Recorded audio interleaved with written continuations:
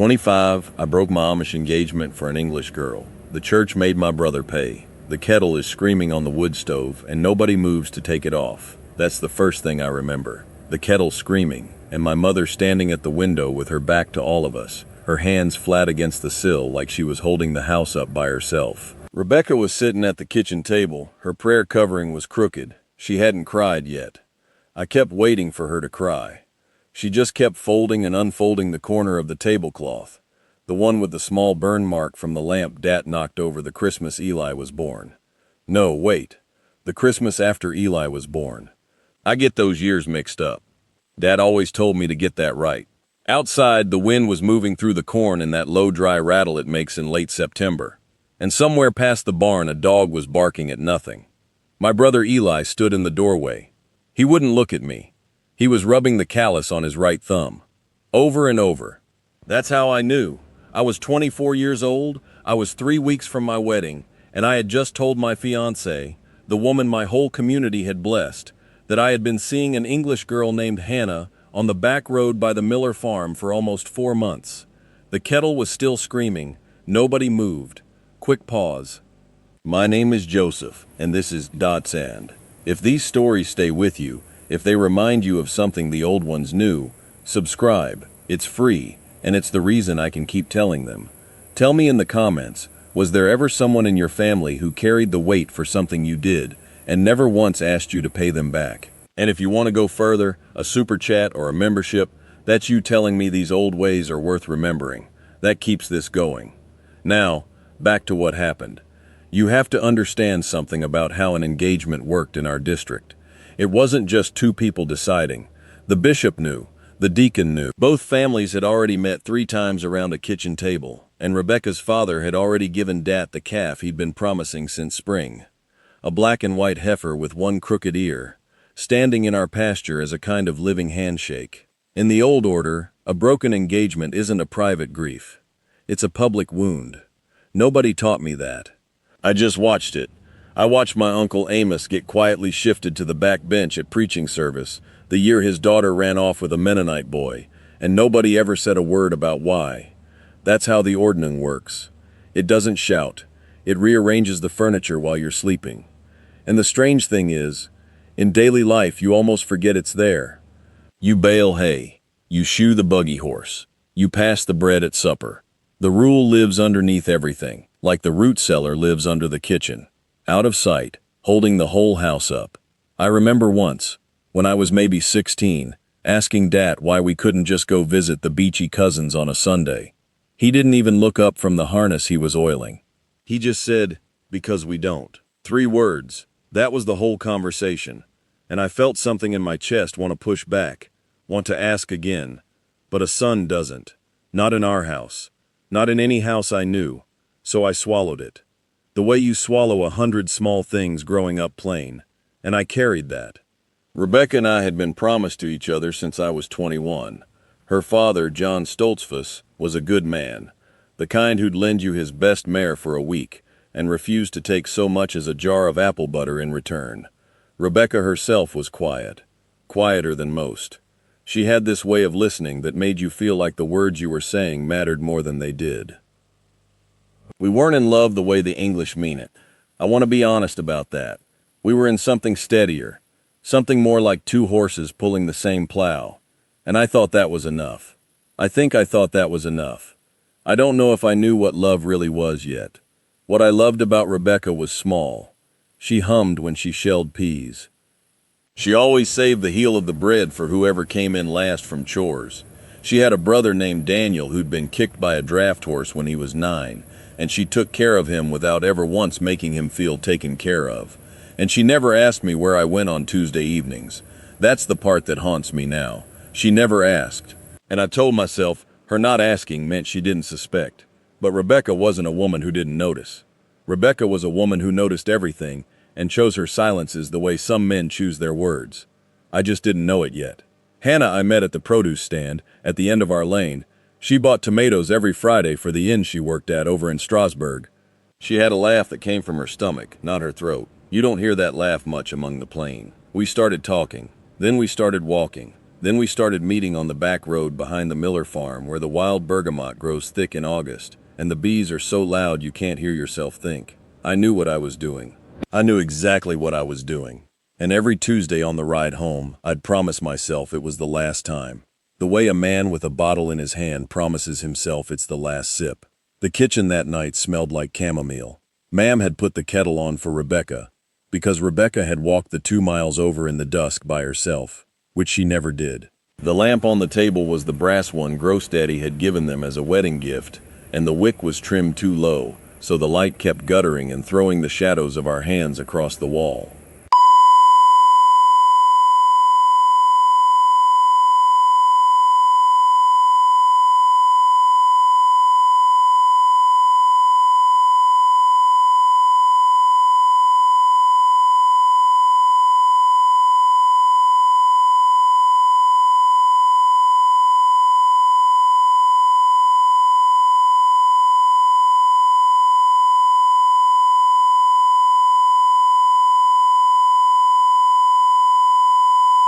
Rebecca's father wasn't there yet.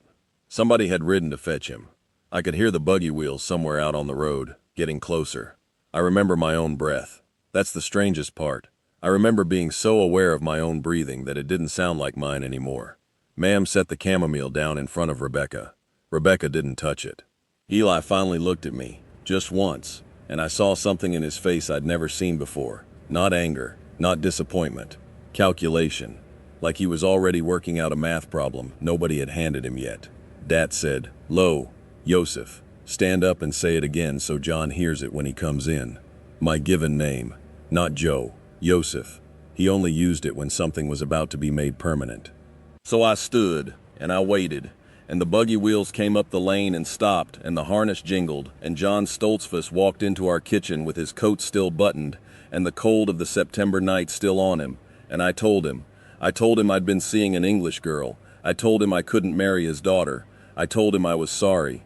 The word sorry came out of my mouth like a stone I'd been hiding under my tongue. John didn't sit down. He just stood there with his hands at his sides. And Rebecca finally looked up at me, and she said one sentence, very quiet. "I knew in July." That was all. I knew in July. Then she stood up and walked out, and the door closed behind her so soft you could barely hear it. What I didn't understand that night, what I couldn't have understood, was that in our district, breaking an engagement 3 weeks before the wedding wasn't a thing the bishop could just smooth over with a private conversation. There was a process. There was a meeting. There was the ban hanging in the air over somebody, and somebody had to wear it. I thought it would be me. I had prepared myself for it to be me. I'd already been counting the weeks I'd have to sit at the back of preaching, the months I'd have to eat alone after fellowship meal, the year, maybe longer, before I could shake a man's hand at the lumber yard without him looking past me. I thought I knew the price. I was ready to pay it.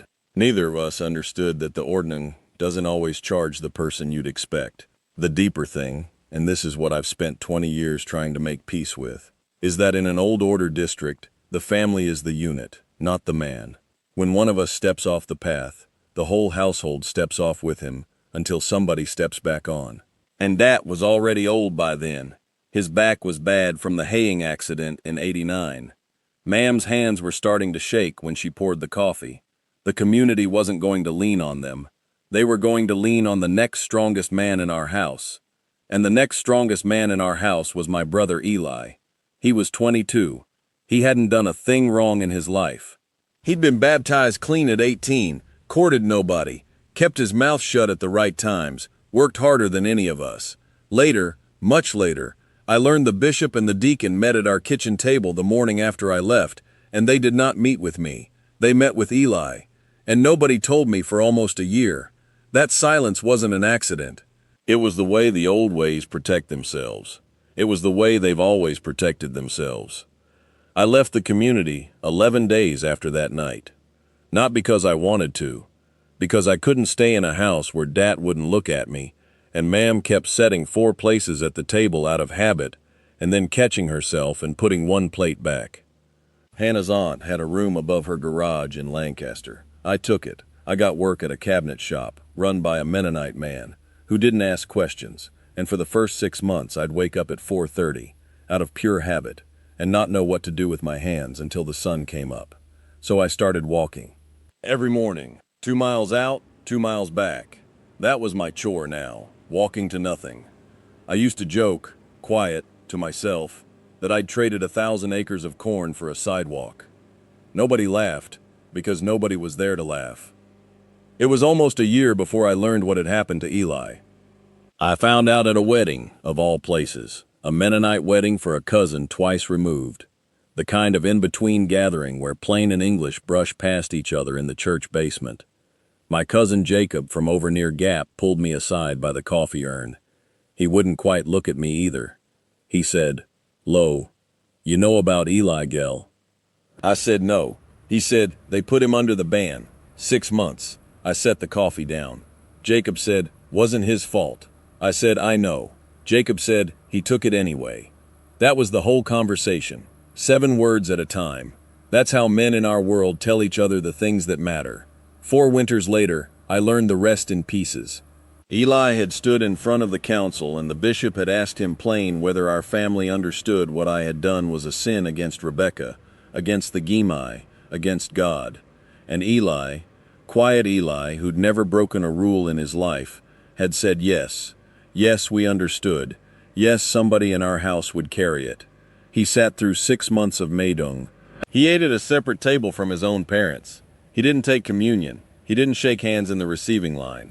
He courted a girl that spring named Lydia Byler, and her father pulled her back from him until the ban was lifted, and by the time it was lifted, she was promised to somebody else. He never told me any of that. Not once. I had to gather it the way you gather dropped grain after the wagon's already gone past. I'm 51 years old now, and I'll tell you the moment I finally understood what my brother did. I was standing in the hardware store in Intercourse, of all places, picking out hinges for a blanket chest I was building. And an old Amish man 2 aisles over was talking to his grandson about a draft horse, saying the horse was steady under load. That was the phrase, steady under load. And something in my chest just, give me a second. Something just opened up. Because that's what Eli had been. That's what he'd done.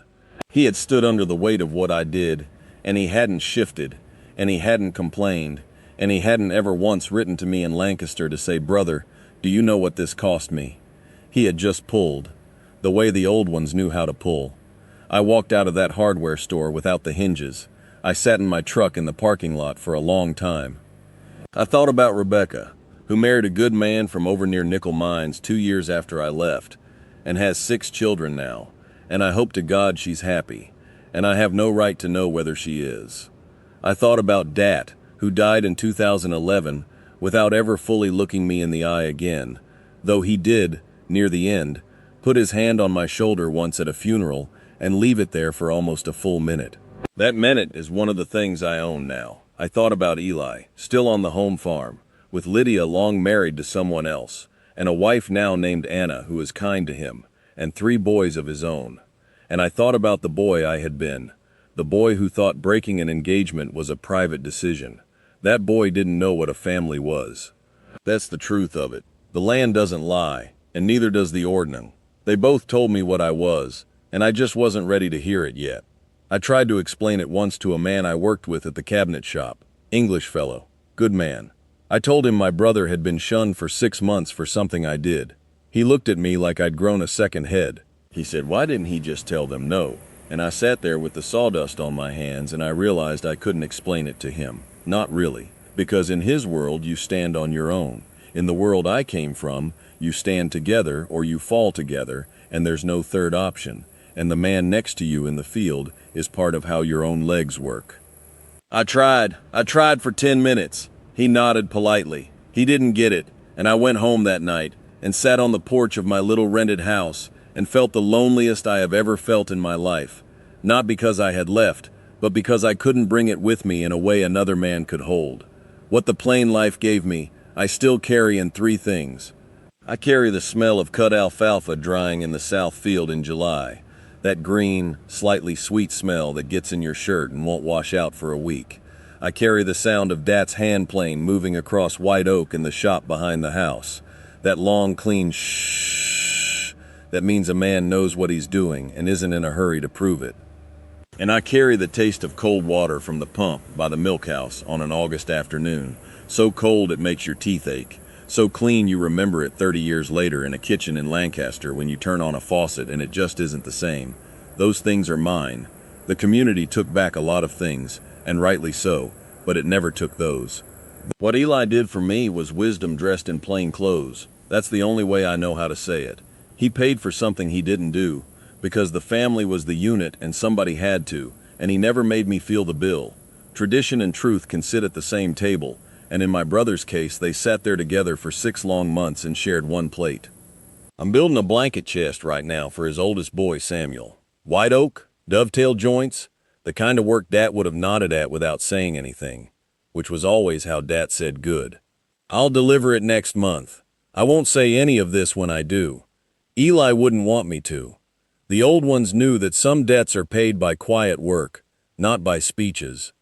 If you grew up somewhere a brother carried what should have been yours and never asked you for it back, I see you. If you grew up in a family where the rules weren't written down but were heavier than any law, where one person's choice rearranged the lives of everyone under the same roof, you carry something old, and that is enough. You don't have to explain it to the people who can't hear it. You don't have to translate yourself into their language. The weight is real even when nobody outside your kitchen ever saw it land.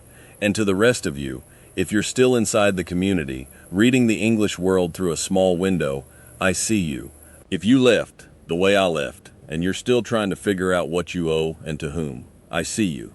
If you're English and something in these stories keeps pulling you back to a grandfather you barely knew, who lived closer to the land than you ever will, I see you. If your own brother once stood under a weight you put on him, and you've never found the words, I see you. Wherever you are in this, I see you, and you are not alone.